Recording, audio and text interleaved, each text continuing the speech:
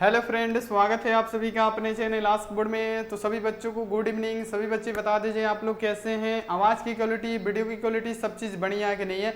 एक बार सभी मेरे प्यारे छात्र बता दीजिए। आज यहाँ देखिए, आपको थंबनेल देख के पता लग गया होगा कि आज जो क्लास होने वाला है, आज होने वाला है हम लोग बायोलॉजी पढ़ने वाले हैं। बायोलॉजी में ऐसे क्वेश्चन पढ़ेंगे जो आपके फाइनल बोर्ड परीक्षा में बाबू पूछा गया प्रश्न है। तो आपको क्या करना है, एक एक क्वेश्चन को याद कर लेना है, एक एक क्वेश्चन आपके लिए इंपॉर्टेंट है। तो चलिए बाबू शुरू करें बिना किसी देरी के। आप लोग एक बार यस बोलिए, सभी बच्चे एक बार यस बोलिए। हम क्लास को शुरू करते हैं। देखिए यहाँ पे आज का जो क्लास होने वाला है, यहाँ पे सभी स्टूडेंट ध्यान दीजिएगा, जितने भी सारे स्टूडेंट है ध्यान दीजिएगा। आज की क्लास में हम लोग पढ़ने वाले हैं 12th का बायोलॉजी। क्या बाबू,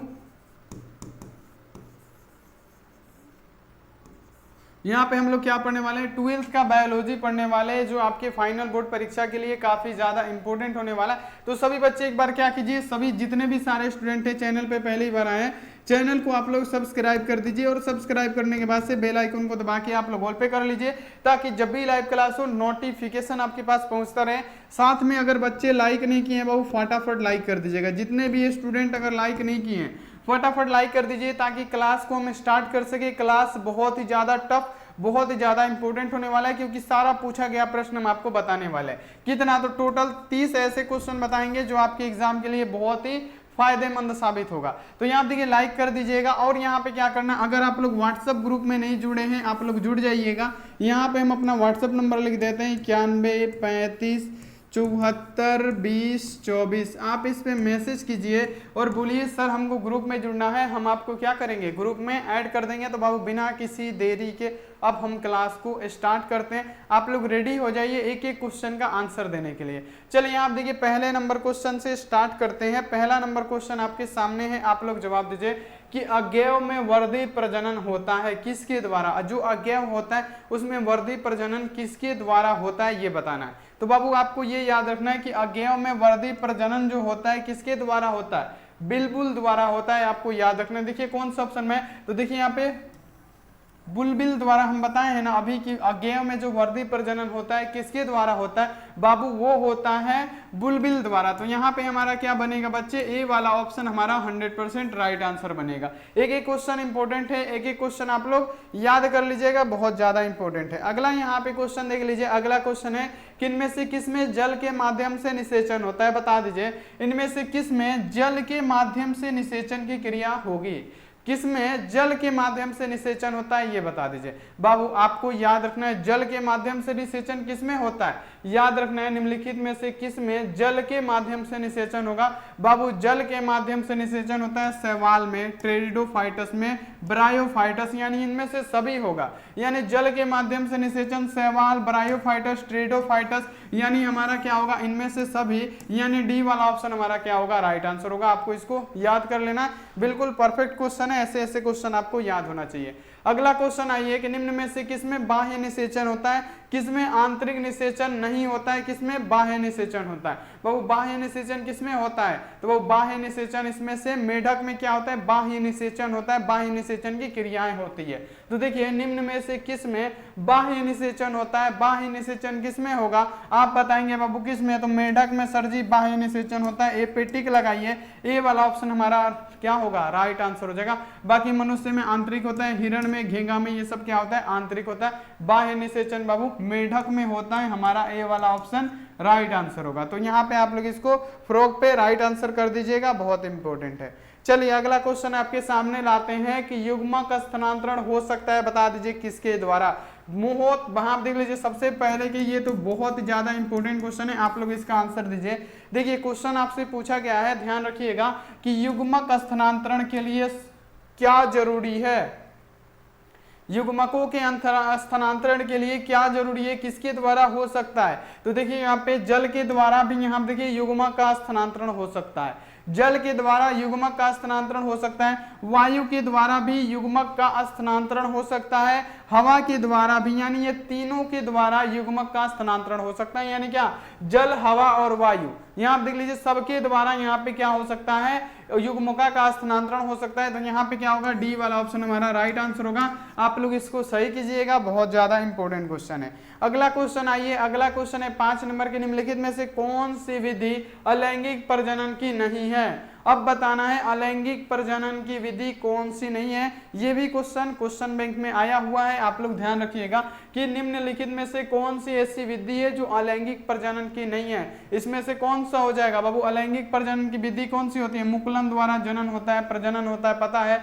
यहाँ आप देखिए लेयरिंग के द्वारा भी होता है, दाब लगान के द्वारा भी होता है, लेकिन यहाँ देखिए जो बोना है ये क्या है, अलैंगिक प्रजनन की विधि नहीं है। तो यहाँ पे हमारा क्या हो जाएगा, अलैंगिक प्रजनन की विधि कौन सा नहीं होगा, तो हमारा हो जाएगा बोना नहीं होगा। ये आपको बच्चे याद कर लेना है। चलिए अगला क्वेश्चन आपके सामने आया, आप लोग जवाब दीजिए। इसका जवाब देना है, हम वेट करेंगे सभी बच्चे को। इसमें बहुत सारा बच्चे गलती कर देते हैं, इसलिए इसको सही से ध्यान पूर्वक पढ़ना है। देखिए क्वेश्चन आपके सामने है कि मनुष्य के युग्मकों में गुणसूत्रों की संख्या कितनी होती है। फटाफट आंसर दीजिए, 100% करेक्ट आंसर दीजिए।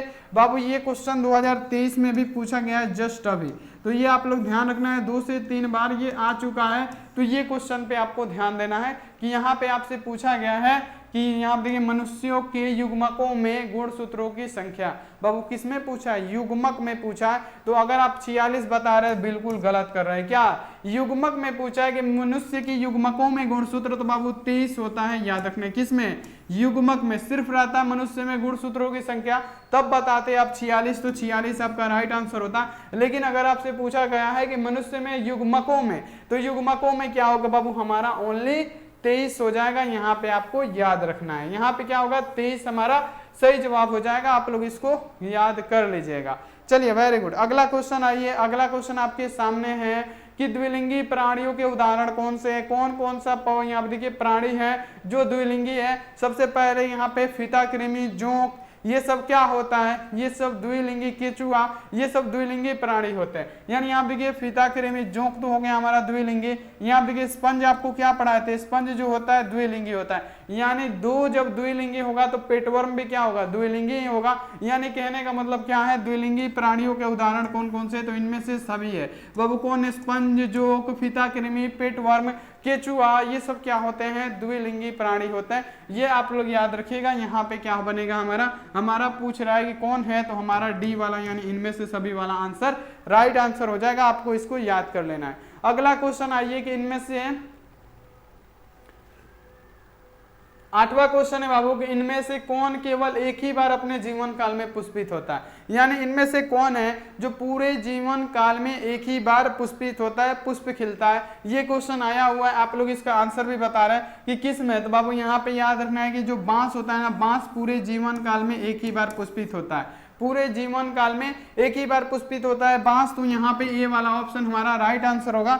आप लोग इसको याद कर लीजिएगा। अगला क्वेश्चन आइए कि आप देखिए पुनर्उद्भव की क्रिया निम्नलिखित में से किसमें होती है। आप बता दीजिए, गजब का क्वेश्चन है, 100% इंपोर्टेंट क्वेश्चन है। आप लोग जवाब दीजिए कि पुनः उद्भवन की क्रिया निम्नलिखित में से किसमें होती है। पुनः उद्भवन की क्रिया निम्नलिखित में से किसमें होती है, आपको बताना है कि ये संभव है स्पंज में।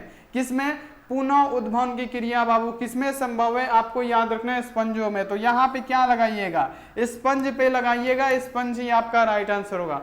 पुनः उद्भवन की क्रिया निम्नलिखित में से किसमें होती है, तो ये स्पंजों में होती है। ये आपको याद रखना है। हमारा क्या बनेगा, ए वाला ऑप्शन राइट आंसर बनेगा। आपको क्या कीजिएगा, आप लोग इस पे टिक करके आइएगा, एग्जाम में पूछेगा तो। अब यहाँ देखिए 10 नंबर क्वेश्चन, 10 नंबर क्वेश्चन का आंसर दीजिए कि निम्नलिखित में से यहाँ देखिए नर युग्मक के संयोजन कर भ्रूणपोष बनाता है कौन। देख लीजिए क्वेश्चन का लेवल कितना बेहतरीन है। इनमें से कौन नर युग्मक से संयोजन करके भ्रूणपोष बनाता है। नर युग्मक से संयोजन करके भ्रूणपोष कौन बनाएगा, तो नर युग्मक से संयोजन करके भ्रूणपोष बनाता है द्वितीय केंद्रक। नर से, कहां से, तो यहाँ पे ध्यान रखिए कि निम्नलिखित में से कौन नर युग्मक, नर हार्मोन्स, नर युग्मक, यानी नर युग्मक से यहाँ पे क्या कर रहा है बाबू, संयोजन करके भ्रूणपोष बना रहा है। तो कौन बनाएगा बच्चे, तो द्वितीय केंद्रक बनाता है। डी वाला ऑप्शन यहाँ पे राइट आंसर होगा। डी वाला पे आपको क्या करना है, टिक कर देना है मेरे प्यारे लाल। चलिए अगला क्वेश्चन यहाँ पे देख लीजिए। अगला क्वेश्चन है कि ट्रांसजेनिक सुनहरे धान। सबसे यहाँ देखिए ट्रांसजेनिक सुनहरे धान, ट्रांसजेनिक सबसे पहला ट्रांसजेनिक फसल पूछे।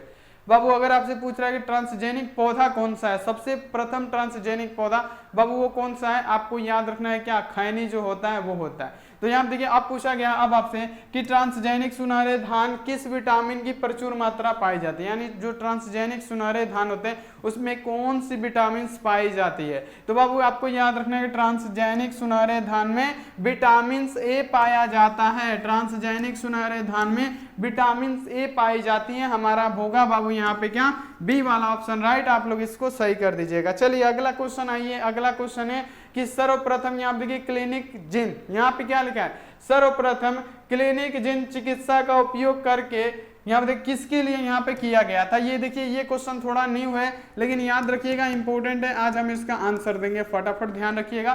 क्वेश्चन है कि सर्वप्रथम यहाँ पे क्लिनिक जिन चिकित्सा का उपयोग किसके लिए किया गया, यानी क्लिनिक जिन चिकित्सा, यानी आप देखिए जो क्लिनिक जिन है किसके लिए किया गया था, किसके लिए, तो ये यहाँ पे आपको याद रखना है किसके लिए, एडोनेसिस और यहाँ आप देखिए एडिमिनेज की कमी में किया गया था। यहाँ पे आपको याद रखना है, बहुत ही जबरदस्त चिकित्सा क्षेत्र में पूछा गया ना कि सर्वप्रथम क्लिनिकली यहाँ देखिए जिन चिकित्सा का उपयोग किसके लिए किया गया, किसके लिए, तो किसकी कमी के लिए, तो यहाँ देखिए एडिनोसिन और यहाँ देखिए यहाँ देखिए डीएमिनेज की कमी के लिए किया गया। थोड़ा सा नाम उल्टा है यहाँ पे, याद रखना है, बट ए ऑप्शन ही आपका राइट आंसर होगा, आप लोग इसको याद कर लीजिएगा। अगला यहाँ आप देखिए फसल में विदेशी जिन जोड़े को कहते हैं, इतना महत्वपूर्ण प्रश्न है, बहुत ज्यादा महत्वपूर्ण प्रश्न है, जल्दी जल्दी आंसर दीजिए, आपका कमेंट देखते हैं, जल्दी जल्दी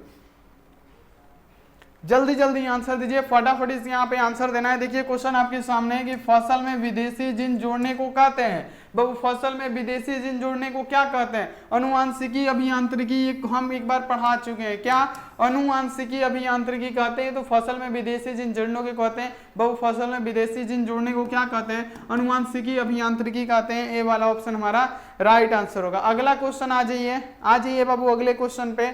अगला क्वेश्चन आपके सामने है कि ट्रांसजेनिक जीवाणु का प्रयोग निम्न बनाने में करते हैं। आप बता दीजिए जो ट्रांसजेनिक जीवाणु होते हैं उसका प्रयोग क्या बनाने में किया जाता है, ट्रांसजेनिक जीवाणुओं का प्रयोग क्या बनाने में किया जाता है ये बताना है। तो ट्रांसजेनिक जीवाणुओं का प्रयोग बाबू क्या बनाने में, तो मानव इंसुलिन बनाने में किया जाता है। ट्रांसजेनिक जो जीवाणु होते हैं, कौन, ट्रांसजेनिक जीवाणुओं का प्रयोग मानव इंसुलिन को बनाने में किया जाता है। तो बी वाला ऑप्शन हमारा बच्चे राइट आंसर होगा, आप लोग इसको याद कर लीजिएगा 100%। अगला क्वेश्चन देख लीजिए कि एक यहाँ देखिए ट्रांसजेनिक फसल, यहाँ देख लीजिए एक ट्रांसजेनिक फसल में निम्न के लिए जिन होते हैं। देखिए क्वेश्चन को पढ़िए, क्वेश्चन है कि एक ट्रांसजेनिक फसल में निम्न के लिए जिन होते हैं, किसके लिए जिन होते हैं, यहाँ आप देख लीजिए नए प्रोटीन के संश्लेषण के लिए, कि एंटीबायोटिक के प्रतिरोधों के लिए, कि एंटीबायोटिक्स के यहाँ पे एंजाइम के निर्माण के लिए, कि इनमें से सभी के लिए। यहाँ पे एकदम आसान जवाब है यहाँ पे कि एक ट्रांसजेनिक फसल के लिए निम्नलिखित में से कौन सा जिन होता है, नए प्रोटीन के संश्लेषण के लिए भी होता है,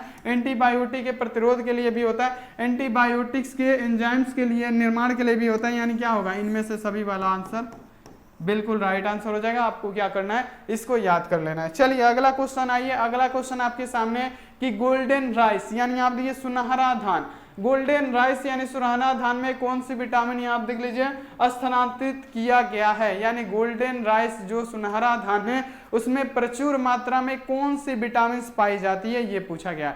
तो बाबू गोल्डन राइस में आपको क्या बतलाएंगे, गोल्डन राइस में ना विटामिन B12 ना डी ना विटामिन सी, गोल्डन राइस सुनहरा धान में विटामिन ए प्रचुर मात्रा में पाया जाता है, यानी बी वाला जो ऑप्शन हो रहा है ना हमारा बिल्कुल परफेक्ट हो रहा है, बिल्कुल राइट आंसर हो रहा है। तो यहाँ पे क्या होगा, गोल्डन राइस यानी सुनहरा धान में किस विटामिन की स्थानांतरित किया गया, यानी कौन सी विटामिन उसमें है, तो बाबू विटामिन ए है, आपको याद रखना है। चलिए अगला क्वेश्चन आपके सामने है कि डॉली नामक भेड़, यहाँ आप देख लीजिए डॉली नामक भेड़ एक क्लोन था। बाबू डॉली नामक भेड़ एक क्या था, क्लोन था, इसके लिए दात्र कोशिका थी। यहाँ पे बताना है कि डॉली नामक भेड़ एक क्लोन था, इसके लिए दात्र कोशिका क्या थी, जीव त्वचा क्या था। तो यहाँ पे आपको ये याद रखना बाबू, इंपॉर्टेंट क्वेश्चन है कि जो डॉली नामक भेड़ थी उसमें एक क्लोन था, उसके लिए दात्र कोशिका था बाबू, उसका जीव कौन सा बाबू, उसका दात्र कोशिका था, उसका जीव। यहाँ पे हमारा क्या बनेगा बच्चे, सी वाला ऑप्शन राइट आंसर बनेगा। आप लोग इसको ऐसे याद रखिएगा कि डॉली नामक यहाँ पे देखिए भेड़ एक क्लोन था जिसमें यहाँ पे देखिए इसकी दात्र कोशिका थी, जीव। ये आपको याद रखना है, बिल्कुल यहाँ पे राइट आंसर होगा। अगला क्वेश्चन आइए कि यहाँ पे देखिए एलिसा का प्रयोग, यानी जो एलिसा होता है इसका प्रयोग एक जांच है। एलिसा क्या है बाबू, एलिसा एक प्रकार का जांच है, बीमारी का जांच, यानी कौन सी बीमारी का जांच किया जाता है एलिसा से। यहाँ पे आपको बताना है कि एलिसा का प्रयोग किन बीमारियों की पहचान के लिए, यानी कौन सी बीमारी की जांच के लिए एलिसा जांच जरूरी है। हम आपको क्या बतलाए थे, HIV हम एक दिन बतलाए थे, हेपेटाइटिस बतलाए थे, यहाँ पे देखिए क्या एड्स बतलाए थे। तो यानी क्या होगा, हमारा एलिसा जांच हो जाएगा हेपेटाइटिस के लिए भी, एड्स के लिए भी, थायराइड के लिए भी हो जाएगा। यानी कहने का मतलब क्या हो जाएगा, इनमें से सभी वाला हमारा सही जवाब हो जाएगा। आप लोग इसको सही कर दीजिएगा, बहुत बेहतरीन है। चलिए अगला क्वेश्चन आपके सामने है कि मेरुद्युबुद्धि, यहाँ आप देखिए अनुकूलन का उदाहरण कौन सा है। ये क्वेश्चन बैंक का है, याद रखिएगा। क्वेश्चन है कि मेरुद्युबुद्धि अनुकूलन का उदाहरण कौन सा है, तो मेरुद्युबुद्धि अनुकूलन का उदाहरण कौन सा हो जाएगा बाबू, याद रखिएगा मानसा, गुलाब, जिनिया नहीं को नागफनी। यहाँ पे क्या होगा हमारा, डी वाला ऑप्शन बिल्कुल परफेक्ट हो जाएगा। आप लोग इसको याद कर लीजिएगा, बहुत बढ़िया। चलिए अगला क्वेश्चन का आंसर दीजिए। चलिए अगला क्वेश्चन का आंसर दीजिए फटाफट बाबू। अगला क्वेश्चन हम लगाते हैं, आप लोग इसका आंसर दीजिए फटाफट, सभी स्टूडेंट दीजिए। अगला क्वेश्चन है 20 नंबर कि कीट परागित पुष्प तथा, यहाँ आप देख लीजिए, कीट परागित पुष्प तथा परागकण के में किस प्रकार का संबंध है। यानी यहाँ पे आपको ये बताना है कि कीट परागित पुष्प हो चाहे परागकर्ता हो, इसमें किस प्रकार का संबंध होता है।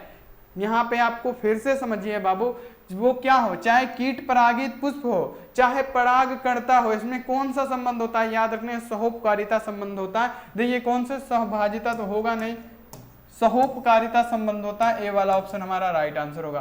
कीट परागित पुष्प हो तथा परागकर्ता में किस प्रकार का संबंध बाबू, सहोपकारिता संबंध। यहाँ पे हमारा क्या होगा, ए वाला ऑप्शन राइट आंसर हो जाएगा। अब यहाँ देखिए निम्न में से कार्बनिक पदार्थ का प्रयोग करते हैं। आप बताइए कि कार्बनिक पदार्थ का प्रयोग कौन करते हैं, स्वपोषी, मृतपोषी, अपघटक, विषमपोषी। देखिए क्वेश्चन बहुत ही जबरदस्त है कि निम्नलिखित में से अकार्बनिक पदार्थ का प्रयोग कौन करते हैं, तो बाबू अकार्बनिक पूछा है तो स्वपोषी करेंगे, बाकी सब कार्बनिक पदार्थों का प्रयोग करते। अगर कार्बनिक देता तो आप लोग ये लेते, अगर अकार्बनिक दिया है तो क्या हो जाएगा, स्वपोषी अकार्बनिक पदार्थों का प्रयोग करता है। तो यहाँ पे हमारा क्या बनेगा बाबू, ए वाला ऑप्शन राइट बनेगा। चलिए अगला क्वेश्चन यहाँ आप देख लीजिए। अगला क्वेश्चन बताने से पहले एक बार सभी बच्चे क्या कीजिए, लाइक कर दीजिए वीडियो को बाबू, प्लीज लाइक कर दीजिए। हम पढ़ाते हैं कि आप लोग लाइक करें और आप लोग शेयर करें अपने दोस्तों के पास। तो यहाँ पे देख लीजिए, आप लोग लाइक कर दीजिएगा और चैनल पे पहली बार आए हैं तो आप लोग सब्सक्राइब भी कर दीजिएगा। देखिए क्वेश्चन आपके सामने है कि आयु संरचना का ज्यामितीय निरूपण किसकी विशिष्टता है। यहाँ पे देख लीजिए, आपको बनाना है कि आयु संरचना का ज्यामितीय निरूपण किसकी विशिष्टता है बाबू। ये किसका है, तो समष्टि का होता है। किसका, समष्टि का होता है। देखिए कौन सा ऑप्शन में है, देखिए आपका बी वाला ऑप्शन में समष्टि दिख रहा होगा, बी वाला ऑप्शन हमारा राइट आंसर हो जाएगा कि आयु संरचना का ज्यामितीय निरूपण किसकी विशिष्टता है बाबू। आप लोग याद रखिएगा समष्टि की है, बी वाला ऑप्शन हमारा क्या होगा, राइट आंसर होगा। अगला क्वेश्चन आपके सामने है कि निम्न में से कौन सा रासायनिक पदार्थ ओजोन पर, यहाँ पे देखिए ओजोन परत पे असर डालते हैं, बता दीजिए फटाफट। बहुत ही आसान प्रश्न है, ये हम काट दे रहे हैं, ये भी काट दे रहे हैं। अब 2 क्वेश्चन बचा है, जल्दी से जल्दी आंसर दीजिए, जल्दी से जल्दी आंसर दीजिए मेरे प्यारे लाल, जल्दी से जल्दी मेरे प्यारे लाल आंसर दीजिए, फटाफट आंसर दीजिए।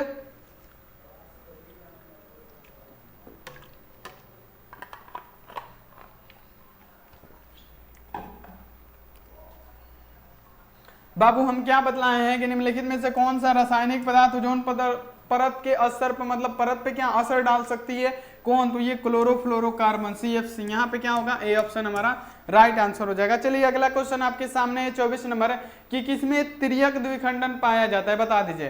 तिर्यक द्विखंडन किसमें पाया जाता है बाबू, तिर्यक द्विखंडन किसमें, सिराटियम में। मारिए ऑप्शन यहाँ पे डी वाला। अगर आपसे पूछा जा रहा है कि तिर्यक द्विखंडन किसमें, तो आपको कुछ नहीं बताना है, तिर्यक द्विखंडन किसमें, सिराटियम में पाया जाता है, डी वाला ऑप्शन हमारा राइट आंसर हो जाएगा।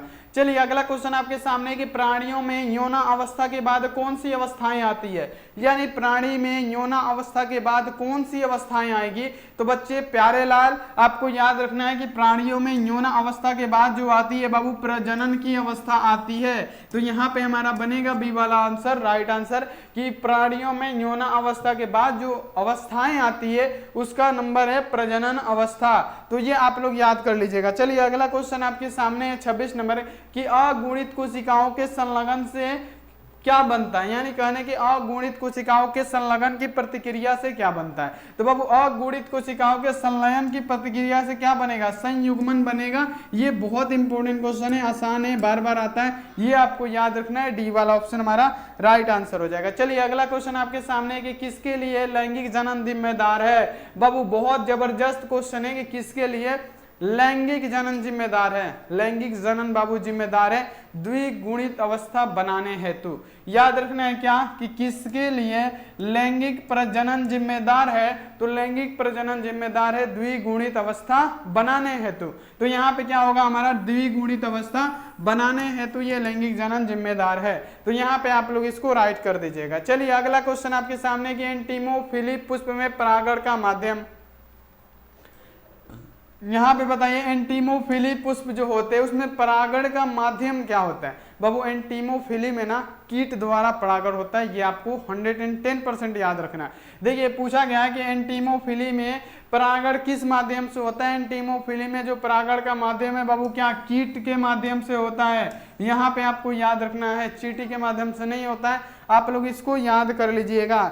चलिए अगला क्वेश्चन आपके सामने है। अगला क्वेश्चन है कि मक्का में प्रोटीन युक्त एंडोस्पर्म को कहते हैं। मक्का में जो प्रोटीन युक्त एंडोस्पर्म होता है उसको बोलते हैं हम लोग क्या, प्रोटीन युक्त एंडोस्पर्म को। बहुत बढ़िया, वेरी गुड। क्या, एल्यूरीन भित्ति। बहुत बढ़िया, एल्यूरीन भित्ति कहते हैं। डी वाला ऑप्शन हमारा राइट आंसर होगा, आपको इसको याद कर लेना है। Very good. चलिए अगला क्वेश्चन हमें अब पूछा जाएगा कि यहाँ देखिए मक्का में प्रोटीन युक्त एंडोस्पर्म क्या होता है, यानी मक्का में प्रोटीन की खोज किसने की। तो यहाँ देखिए मक्का में जिंपिंग जिन की खोज किसने की। मक्का में पूछेगा जिंपिंग जिंग जो पाया जाता है उसकी खोज किसने की, तो बसरबा मैकक्लेंटोक ने की। ये आपको याद रखना है। अगला यहाँ पे क्वेश्चन देख लीजिए कि एक अर्धसूत्री कोशिका विभाजन से कितने नर युग्मक बनेंगे। अब बता दीजिए, इंपॉर्टेंट क्वेश्चन है। अब बता दीजिए, यहाँ पे इंपॉर्टेंट क्वेश्चन है। यहाँ पे बताइए कि एक अर्धसूत्री कोशिका विभाजन से कितने नर युग्मक बनेंगे। एक अर्धसूत्री कोशिका विभाजन से कितने नर युग्मक बनते हैं बाबू, 4 नर युग्मक बनते हैं। हमारा होगा ए वाला ऑप्शन राइट आंसर। तो आप लोग इसको याद कर लीजिएगा। बाबू हम आपको क्या बतलाए हैं, 30 यहाँ पर देखिए बायो का MBBI ऑब्जेक्टिव क्वेश्चन कराए हैं जो आपके एग्जाम के लिए बहुत ही ज्यादा काफी महत्वपूर्ण होने वाला है। तो ये सभी के सभी क्वेश्चन आप लोग याद कर लीजिएगा, क्योंकि ये क्वेश्चन क्या होता है, इंपॉर्टेंट होता है आपके फाइनल बोर्ड परीक्षा के लिए। तो सभी क्वेश्चन याद कर लीजिएगा और याद करने के बाद से इस वीडियो को शेयर जरूर करना है। लाइक भी आपको जल्दी से जल्दी कर दीजिए, फटाफट आप लोग लाइक कर दीजिए और वीडियो को शेयर भी कर दीजिए, वीडियो को शेयर भी कर दीजिए। और यहाँ पे अब हम मिलते हैं सुबह वाली क्लास में। आप लोग अपना ध्यान रखिए, मन लगा के पढ़ाई कीजिए। Take care and bye.